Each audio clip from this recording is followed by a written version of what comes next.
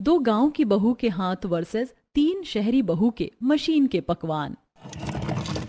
बहू जल्दी जल्दी 4-5 तरह का पकवान बना लो, आज तुम्हारे तीनों देवर को देखने के लिए लड़की वाले आ रहे हैं और वो लोग शहरी हैं, तो जो भी बनाना अच्छा ही बनाना। हाँ माँ जी, आप फिक्र मत कीजिए, हमने खाने की तैयारी शुरू कर दी है। घर में मेहमान आने वाले थे, इसलिए आशा अपनी दोनों बहू पर घर की जिम्मेदारी छोड़कर चली जाती है। जिसके बाद निशा कविता के साथ मिलकर भुने हुए चने पीसती है और उनका बेसन बनाकर बेसन घोलती है, जिसमें वो आलू प्याज गोभी काटकर गरम तेल में तलती है और कुछ पकौड़े बनाकर निकालती है। तो वहीं कविता आटे में चीनी और पानी डालकर उसका घोल बनाती है और छोटे छोटे गुलगुले बनाती है। निशा दीदी, हमारी तो तीनों होने वाली देवरानी शहरी है, मुझे तो समझ ही नहीं आ रहा वो हमारे मिट्टी के रसोई और इस मिट्टी के चूल्हे पर कैसे खाना बनाएंगी। कविता, अगर वो तीनों शहर की होकर गांव में शादी कर रही हैं तो कुछ सोच समझ कर रही होंगी। अब जल्दी से तुम सिलबट्टे पर मसाला पीस लो, जब तक मैं सब्जियां काट लेती हूँ। इतना बोलकर कविता सिलबट्टे पर मसाले पीसती है, तो वहीं निशा सब्जियां काटती है और इस तरह दोनों देवरानी जिठानी मिलकर घर आ रहे मेहमानों के लिए पनीर, पूड़ी, पकौड़े, चावल, गुलगुले, मालपुआ जैसे अपने हाथों से पकवान बनाती हैं। कुछ ही देर में लड़की वाले घर आते हैं और जब उनके सामने इतने तरह के पकवान होते हैं तो वो लोग अपनी खातिरदारी से काफी खुश होते हैं। बहन, मैं पहली बार देख रहा हूँ गांव में भी लोग इतने अच्छे मेहमानों का स्वागत करते हैं और ये सब कुछ खाने में बड़ा ही स्वादिष्ट है। भाई साहब, ये सारे पकवान स्वादिष्ट होंगे ही, आखिर हमारी दोनों बहू ने जो बनाए हैं। हमारी दोनों बहुएं गांव की ही हैं और सब कुछ अपने हाथों से करके बनाने में ही भरोसा रखती हैं। कहती हैं बाहर की चीजों में मिलावट होती है। ये तो बहुत अच्छी बात है, हमें तो खुशी है कि हमारी तीनों बेटी एक ही घर में शादी करके आएंगी और उन्हें इतनी अच्छी जेठानियां मिलेंगी। हमारी तरफ से तो रिश्ता पक्का है। अच्छा घर परिवार पकवान देखकर शांति और सुरेश अपनी तीनों शहरी बेटियों का रिश्ता गांव के लड़कों से करवा देती है। समय गुजरता है और बहुत जल्द पायल, अंजलि, पूजा की शादी गांव में हो जाती है और जब वो अपने ससुराल आती हैं तो देवर जी, इसे द्वार छिकाई कहते हैं। आपको और देवरानी जी को तब तक अंदर नहीं आने दिया जाएगा जब तक आप हमें नेक नहीं देते।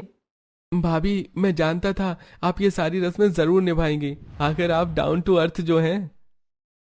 चलिए भाभी, ठीक है, आप अपना नेक मांगिए, आपको क्या चाहिए, आप जो मांगोगे वो हम आपको दे देंगे। कितनी घटिया रस्में हैं, बेवकूफ गांव की गवार, समझ में नहीं आता हम इतनी दूर से आए हैं, शादी करके कितने थके होंगे, ये नहीं कि आराम करने जाने दें। निशा और कविता द्वारा छेकने की रस्में पूरी होती हैं और अपनी देवरानियों को घर में लाती हैं और उन्हें उनका कमरा दिखाती हैं। तुम तीनों के कमरे साथ में ही हैं। कल सुबह तुम तीनों की पहली रसोई है, तो अब आराम कर लो और कोई भी परेशानी हो तो हम दोनों हैं तुम्हारी मदद के लिए। इतना बोलकर निशा और कविता भी अपने कमरे में जाकर सो जाती हैं।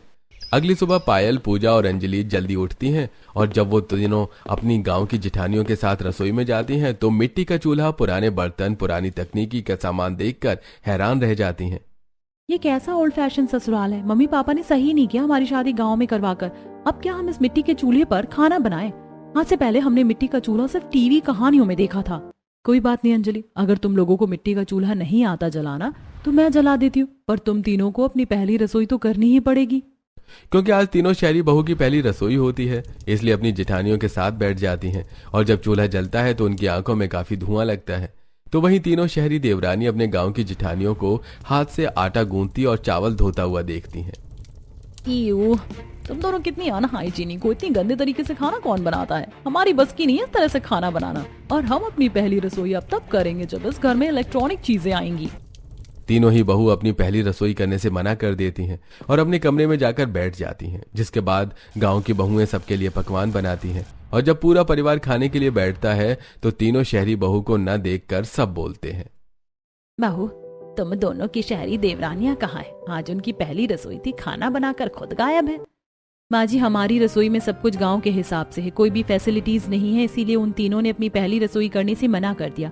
कहती हैं जब तक इलेक्ट्रॉनिक चीज नहीं आएगी वो अपनी पहली रसोई नहीं करेंगी। वो तीनों ऐसा कैसे कर सकती हैं? गांव में है तो गांव के हिसाब से रहना होगा ना। मैं अभी उनसे बात करता हूं। अब पवन, अमित, पंकज अपनी बीवियों के पास जाते हैं, जहां तीनों अपने पतियों को भी गांव में काम करने से मना कर देती हैं। अब इसी तरह कुछ दिन बीत जाते हैं और तीनों देवरानी जेठानी से जब भूख बर्दाश्त नहीं होती और उन्हें कहीं बाहर से खाना भी नहीं मिलता तो वो रसोई में कुछ ढूंढने के लिए जाती हैं। पर वहां ना तो फ्रिज होता है और ना ही खाने के लिए ब्रेड, जैम, सॉस और फ्रूट्स। तो वहीं तीनों शहरी देवरानी देखती हैं कि एक बहू काफी सारी लाल मिर्च कूट रही है, तो वहीं दूसरी गांव की बहू सिलबट्टे पर मसाले पीस रही है। हम इस घर में और नहीं रह सकते, ऐसे तो हम भूखे मर जाएंगे। यहाँ तो कुछ खाने के लिए भी नहीं है और हम जो अपने मायके से लेकर आए थे वो भी खत्म हो चुका है। मुझे समझ में नहीं आ रहा, तुम तीनों इतना खाना खाने और बनाने में नाटक क्यों कर रही हो? हम देसी लोग हैं, देसी तरीके से बनाते हैं और खाते हैं। तुम दोनों गांव की गंवार देसी हो, हम नहीं। अब तो हमें अपने मायके जाना ही होगा। पायल, पूजा और अंजलि से और बर्दाश्त नहीं होता और वो तीनों इस वक्त बिना किसी को बताए अपने मायके चली जाती हैं। अपनी तीनों बेटियों को देखकर शांति और सुरेश काफी परेशान हो जाते हैं। अरे तुम दोनों ऐसे अचानक यहाँ? अगर लोग तुम्हें यहाँ देखेंगे तो क्या सोचेंगे? जिसको जो सोचना है सोचे, पर अब हम तीनों उस गांव में तभी जाएंगे जब आप हमें मशीन दोगे। जानते भी हो वहाँ की रसोई में ना तो फ्रिज है, ना ही मिक्सी, हाथ से चटनी बनाओ और जूस तो हम पी ही नहीं सकते। यहाँ तक कि गैस सिलेंडर भी नहीं है। इंडक्शन और चिमनी तो दूर की बात है, हम उस धुएं में खाना नहीं बना सकते। खास खास के हालत खराब हो गई थी हमारी। कैसे माँ बाप हैं आप दोनों? अंजलि सही कह रही है, हम नहीं जाएंगे। हमें रोबोट और मशीन चाहिए। अगर नहीं दिया तो हम यहीं रहेंगे। आप दोनों ने हमारी शादी करी उस जगह पर, तो आप ही हमें फैसिलिटीज भी दोगे। इस तरह अंजलि, पूजा, पायल अपने कमरे में जाकर बैठ जाती हैं, जिसके बाद सुरेश उनके ससुराल में रसोई की सारी इलेक्ट्रॉनिक चीज भिजवाता है और साथ ही अपनी तीनों बेटियों को एक एक रोबोट देता है। मैंने तुम्हारे ससुराल में रसोई में induction, oven, non stick pan, spatula, चाकू, माइक्रोवेव, फ्रिज, चिमनी, मिक्सी और फ्रिज, सब्जी बनाने वाली मशीन, रोटी मेकर सब रखवा दिया है और साथ में तुम्हें रोबोट भी दे रहा हूँ। पर तुम तीनों को इस रोबोट का ख्याल रखना है, ना कि इस पर डिपेंड होना है। रोबोट सिर्फ हमारे कुछ ही काम कर सकते हैं। रोबोट रोबोट है, इंसान नहीं। समझ गई तुम तीनों? पापा, आपकी तीनों बेटियां शहरी हैं, गांव की नहीं। ये बात अलग है कि आपने जानबूझकर हमारी शादी गांव में करवा दी, पर मशीनों को, रोबोट को कैसे हैंडल करना है हम तीनों बहन बहुत अच्छे से जानते हैं। सारी फैसिलिटीज मिलने के बाद अब तीनों शहरी बहू अपने ससुराल जाती हैं और रसोई में जाकर पायल अपने लिए जूस बनाती है, अंजलि अपने लिए पिज्जा बनाती है, तो वहीं पूजा अपने लिए एयर फ्रायर में ब्रेड पकौड़े और फ्रेंच फ्राइज बनाती है। देख लो, तुम दोनों गांव की हो। आज से पहले इंडक्शन, चिमनी, मिक्सी, फ्रिज देखा नहीं होगा। इनका इस्तेमाल कुछ इस तरह करते हैं। खैर, मशीन हमने खुद काम करने के लिए नहीं लगवाई। हम अपने साथ 3 रोबोट लेकर आए हैं जो अभी चार्ज हो रहे हैं। पर बहुत तेज की भूख लगी थी तो सोचा अपने लिए कुछ पकवान बना ले। अगर आप लोगों को चाहिए तो बोल दीजिए। वैसे हमारी रसोई अब पहले से काफी अच्छी लग रही है। हमारी रसोई पहले ही अच्छी थी, हमें ये सारी चीज समझ नहीं आ रही। पर बहू, मुझे तो सारी चीज देखने में बड़ी अच्छी लग रही है। अब लग रहा है कि मेरी शहरी बहू आई है। अब मेरी शहरी बहुएं मुझे अच्छे अच्छे पकवान खिलाएंगी। वैसे भी मैं तुम दोनों के पकवानों से बोर हो गई थी। रसोई में इलेक्ट्रॉनिक सामान आने से न सिर्फ तीनों बहू खुश होती हैं, बल्कि आशा भी काफी खुश होती है और वो आस पड़ोस में अपनी तीनों शहरी बहू का बखान करती है। अरे बहन, एक बार हमारी रसोई तो आकर देखो। पूरे गांव में हमारी रसोई जैसी किसी की रसोई नहीं होगी।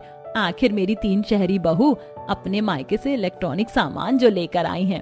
हाँ बहन, देखा था हमने जब तुम्हारी 3 शहरी बहू के मायके से फ्रिज, मिक्सी, ओवन, रोटी मेकर जैसे भारी भारी मशीन आई थी तो भाई तो भाग खुल गए ऐसी बहू पाकर। और मैंने सुना है कि वो तीनों अपने साथ रोबोट भी लेकर आई हैं।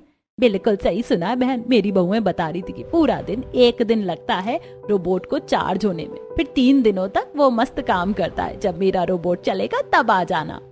आशा पड़ोसियों के सामने इतराकर घर में आती है और देखती है कि उसकी तीनों शहरी बहू ने आज खाने में नूडल्स, मंचूरियन, दही तड़का, पनीर टिक्का जैसे पकवान बनाए हैं। हाँ जी, हमारी पहली रसोई हो नहीं पाई थी, इसलिए अब हमने अपनी पहली रसोई कर ली है। लीजिए, हमारे हाथ से बने हुए पकवान खाइए। लेट ही सही, पर बहू तुम तीनों ने दिखा दिया कि शहरी लड़कियां भी पकवान बनाना जानती हैं। निशा बहू, कविता बहू, मैं तो कहता हूँ अब तुम दोनों अपनी शहरी देवरानियों से कुछ सीख लो। पहले तो हमें आप तीनों पर बहुत गुस्सा आया था जब आप अपने मायके चली गई थी, पर अब समझ में आया कि आपका मायका जाना भी जरूरी था। दीदी, हमने सोचा था हमारी 3 शहरी देवरानी आएंगी तो वो हमारे साथ पकवान बनाएंगी, हम मिल बांट कर काम करेंगे। पर यहाँ तो सब उल्टा हो गया। घर वाले भी अब हमारी 3 शहरी देवरानियों के ही बारे में सोच रहे हैं। अपने परिवार का बदला रूप देखकर दोनों जेठानी परेशान हो जाती हैं और इसी तरह कुछ दिन बीत जाते हैं और अब तीनों बहू रोबोट से अपना काम करवाती हैं। रोबोट भी, रसोई बहुत गंदी हो गई है तो अच्छे से फर्श और स्लैब साफ कर दो। रोबोट ए, तुम पूरे घर की सफाई करो। रोबोट नंबर 3, जब दोनों रोबोट काम कर लें तब तुम हमारे लिए बर्गर, चिली पोटैटो और मंचूरियन राइस बना कर लाना। बहू, ये तीनों रोबोट काम के साथ खाना भी बना सकते हैं। बिल्कुल माँ जी, अब हमें हाथ लगाने की जरूरत नहीं, वरना कविता और निशा दीदी बड़ी ही गंदी तरीके से काम करती थी। मैंने तो फर्स्ट टाइम जब इन्हें काम करते हुए देखा, मैंने तभी सोच लिया इनके हाथों का पकवान मैं कभी नहीं खाने वाली। हर बार तीनों शहरी देवरानी अपने गांव की जेठानियों को टॉन्ट मारती हैं। कुछ ही देर में तीनों रोबोट अपने काम पर लग जाते हैं। अब एक रोबोट पूरे फर्श की सफाई करता है, दूसरा रोबोट पूरे घर की और तीसरा रोबोट अकेला खड़ा होकर खाना बनाता है। इसी तरह कुछ दिन बीत जाते हैं और रात को सोने से पहले तीनों शहरी बहू तीनों रोबोट को चार्ज करती हैं और अगले दिन खाने में क्या बनेगा उसकी लिस्ट भी अपडेट कर देती हैं। और सुबह होते ही तीनों रोबोट रसोई में पकवान बनाने के लिए खड़े हो जाते हैं। अरे रोबोट, ये तुम क्या कर रहे हो? हटो, हमें अपने हाथों से लस्सी बनानी है। तुम गांव की गवार देसी लड़कियों को नहीं पता हम रोबोट कैसे काम करते हैं? यहाँ से चली जाओ, वरना धक्के मार कर निकालेंगे। हमें ऑर्डर आया है, आज रायता बनेगा, वेज बिरयानी बनेगी, जीरा आलू बनेगा, टमाटर की चटनी। मैंने सारी सब्जियां काट ली हैं, अब मुझे बिरयानी बनानी है। इतना बोलकर रोबोट डिब्बे से चावल निकालते हैं और बिना उसे साफ किए बिरयानी बनाने लगते हैं। ये सब देखकर दोनों ही बहू काफी परेशान होती हैं और अपने देवर से कहती हैं, देवर जी, घर में इलेक्ट्रॉनिक मशीन है तो हमें सिखा दीजिए, हम उन्हीं का इस्तेमाल करके खाना बना देंगे, पर रोबोट को मत बोलिए, वो बिल्कुल भी साफ सफाई का ख्याल नहीं रखते। सब्जियों को बिना धोए छिले काट रहे हैं और चावल भी बिना साफ करे बिरयानी बना रहे हैं। मुझे डर है खाते हुए किसी के मुंह में कंकड़ न चला जाए। भाभी, अब हमारी मॉड्यूलर किचन है, गलती होने की कोई चांस नहीं है। और मैंने ये बात भैया को बताई है, और जब भैया को पता चला कि हमारे घर में रोबोट है और हमारी सारी रसोई मॉड्यूलर किचन बन चुकी है, तो उन्होंने कहा कि वो अगले ही महीने गांव आएंगे और यहीं काम करेंगे। इतना बोलकर तीनों देवर वहां से चले जाते हैं। इसी तरह कुछ दिन बीत जाते हैं और एक दिन घर में विनोद की बहन आती है। क्योंकि तीनों शहरी बहू ने रोबोट में टाइमर सेट किया होता है, इसलिए वो सुबह 5 बजे उठकर सभी के लिए खाना बना देते हैं। और जब खाने की बारी आती है तो एक सदस्य का खाना कम पड़ जाता है। भैया, कैसा रोबोट है, कैसा खाना बनाए, एक इंसान का खाना तो कम पड़ गया। हमारे घर में तो इतना खाना बच जाता है कि कोई अचानक से मेहमान आए तो उसे भी खिला सके। हमारे फंक्शन में सिर्फ 10 लोगों का खाना था, इसलिए उतने ही लोगों का पकवान बना। माफ करना बुआ, ये रोबोट है, इंसानी, इनको क्या पता। उनके अंदर तो जैसा फीचर डाला जाएगा वो वैसा ही काम करेंगे। मैं इनके फंक्शन में अपडेट कर दूंगी। कोई बात नहीं बुआ जी, आप हमारी फिक्र मत कीजिए, हम दोनों गांव की बहुएं अपने लिए अपने हाथों से खाना बना लेंगे। इसे कहते हैं संस्कारी बहू, जो अपने हाथों से काम करना जानती है, ना कि मशीनों के भरोसे रहती है। बुआ जी तीनों शहरी बहू को खरी खोटी सुनाती हैं और इसी तरह 2 दिन बीत जाते हैं। तीनों रोबोट अब खाना बनाने में काफी गलती करते हैं। कभी वो नमक तेज कर देते तो कभी मिर्च। हाय दैया, मेरा तो मुंह जल रहा है, कैसा पकवान बनाया है, खाली मिर्च ही मिर्च है और दाल में तो नमक ही नहीं है। घर में नमक खत्म हो गया था, इसलिए सब्जी में हमने मिर्च ज्यादा कर दी ताकि दोनों खाने का बैलेंस बन जाए। मैं तो इतना तीखा खाना नहीं खाती। हम दोनों जा रहे हैं, वैसे भी बहुत दिन हो गए मिट्टी के चूल्हे का खाना खाए हुए। बहू खाना बनाने जा रही है तो मेरे लिए भी बना देना। अगर इन रोबोट और मशीनों के चक्कर में रहे तो ऐसे ही घटिया पकवान खाने को मिलेगा। एक बार फिर रोबोट की वजह से तीनों शहरी बहू का मुंह बन जाता है और गांव की दोनों बहू रसोई में जाती हैं, अपने मिट्टी का चूल्हा निकालती हैं और हाथों से आटा गूंथती हैं, चावल धोती हैं, मसाले पीसती हैं, हंसू से सब्जी काटती हैं और सूखी लकड़ियों से मिट्टी का चूल्हा जलाती हैं। जैसे मिट्टी का चूल्हा जलता है, तीनों रोबोट को धुएं का साइन मिलता है। अब एक रोबोट सारी खिड़की दरवाजे खोलता है, दूसरा रोबोट घर वालों को घर से बाहर निकाल देता है और तीसरा रोबोट मोटर चला देता है और पूरी रसोई को पानी से भर देता है। अरे पागल रोबोट, ये क्या कर रहे हो तुमने तो हमारा खाना बर्बाद कर दिया, पूरी रसोई गीली कर दी। रोबोट, रसोई में पानी डालना बंद करो, ये गांव की गंवार खाना बना रही है। ये सब कुछ आप दोनों की वजह से हुआ है। रोबोट को धुआं लग गया और उनके दिमाग में सेंसर बजा कि घर में आग लग गई, इसलिए उन्होंने ऐसी हरकत करी। अगर आप दोनों को मिट्टी के चूल्हे पर खाना बनाना है तो घर से बाहर जाकर बनाओ। तीनों शहरी देवरानी अपनी गलती नहीं मानती और ना ही रोबोट की, उल्टा अपने गांव की जेठानियों को भला बुरा सुनाती हैं। जिसके बाद दोनों गांव की जेठानी मिलकर घर के बाहर छोटी सी रसोई बनाती हैं और अपने लिए अपने हाथों से पकवान बनाती हैं। इसी तरह कुछ दिन बीत जाते हैं और पूजा का जन्मदिन आता है और उस दिन तीनों शहरी बहुएं बर्थडे प्लान करती हैं। हम जब से शादी करके गांव में आए हैं, हम अपनी दोस्तों से नहीं मिल पाए। मेरा अपनी दोस्तों से मिलने का दिल है, तो फिर ठीक है, हम शहर से अपनी दोस्तों को बुलाएंगे तेरे जन्मदिन पर। मैं जाकर जल्दी से रोबोट के फंक्शन में ऐड कर देती हूँ। कल सुबह 5 बजे उठकर taco sandwich, red velvet cake, पकौड़े, सुशी, डम्पलिंग्स और लाफिंग जैसे पकवान बना ले। और मैं भी हमारे सारे दोस्तों को इनवाइट करती हूँ कल दोपहर में 1 बजे लंच पर। अगले दिन पूजा का जन्मदिन था, इसलिए तीनों शहरी देवरानी पूजा का बर्थडे प्लान करती हैं। तो वहीं निशा और कविता भी अपनी शहरी देवरानी का बर्थडे प्लान करती है। अब तीनों ही शहरी देवरानी अपने अपने रोबोट के फंक्शन में कुछ लिस्ट अपडेट करती हैं, जिस वजह से तीनों रोबोट सुबह 5 बजे उठते हैं।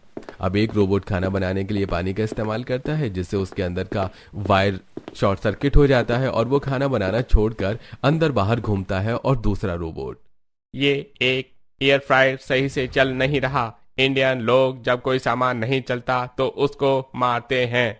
इतना बोलकर रोबोट मशीन को घूंसा मारता है और एयर फ्राई टूट जाता है, जिसके बाद वो मिक्सी चलाने जाता है और बिना हाथ लगाए जूस बनाता है, जिस वजह से पूरा जूस रसोई में फैल जाता है। वहीं तीसरा रोबोट फ्रिज से सामान निकालता है जो कि ठंडा नहीं होता, और वो फ्रिज को हिलाता है, जिससे सारा फ्रिज का सामान बाहर गिर जाता है। उसके बाद रोबोट फ्रिज को साइड करता है और पीछे लगे वायर को खींच देता है। रसोई से आ रही शोर की आवाज सुनकर तीनों शहरी देवरानी और पूरा परिवार रसोई में आता है। ये भगवान, ये रसोई की क्या हालत कर दी है बहू तुम्हारे इन रोबोट्स ने। भाभी और लालच करो मशीनों का, ऐसे मशीनों से तो अच्छा हम इंसानों के हाथ हैं। इन तीनों रोबोट को बंद करना बहुत जरूरी है, सर्विस ना होने की वजह से शायद खराब हो रहे हैं। अब तो तुम्हें समझ में आ गया होगा इंसान और मशीन में कितना फर्क है। आप सही कह रही हैं, इंसान और रोबोट में बहुत फर्क है। पर आज हमारे घर में मेहमान आने वाले हैं और रसोई पूरी बिखरी हुई है। कुछ मशीन भी इन रोबोट ने तोड़ दी। अब कैसे घर आए मेहमानों के लिए हम पकवान बनाएंगे? गांव में तो खाने की डिलीवरी भी नहीं आती। डरो मत, तुम्हारी 2 देसी गांव की जेठानियां हैं, हम अपने हाथों का इस्तेमाल करेंगे और ऐसे पकवान बनाएंगे जिसे खाकर तुम्हारे मेहमान तारीफ करते हुए नहीं थकेंगे। वैसे भी आज हमारी प्यारी देवरानी का जन्मदिन है, तो उसे खास बनाना हमारा फर्ज है। इतना बोलकर दोनों गांव की जेठानियां बाहर आती हैं और सबसे पहले कचौड़ी बनाने के लिए सूजी और आटे में नमक और खस्ता मिलाती हैं और फटाफट आलू की कचौड़ी बनाती हैं। कुछ ही देर में वो काफी सारे मटर छीलती हैं और निशा सिलबट्टे पर ग्रेवी पीसती है और पनीर काटकर मटर पनीर की सब्जी बनाती है। कुछ ही देर में दोनों जेठानी चूल्हे के अंदर तंदूरी रोटी सेकती हैं और उनके ऊपर देसी घी लगाती हैं। इस तरह गांव की जेठानियां मिलकर 10 तरह के पकवान बनाती हैं। और जब घर में 1 बजे मेहमान आते हैं और वो खाना खाते हैं तो शहरी देवरानियों की काफी तारीफ करते हैं। यार ये सब कितना टेस्टी बना है, गांव में भी इतना स्वादिष्ट खाना बनता है, मुझे तो पता ही नहीं था। अब से मैं तो पिज्जा, बर्गर, मोमोज खाना बंद करूंगी। वैसे ये सब तुम्हारी रोबोट का कमाल है ना। वैसे इंसान से अच्छा और जल्दी काम तो मशीन ही करता है।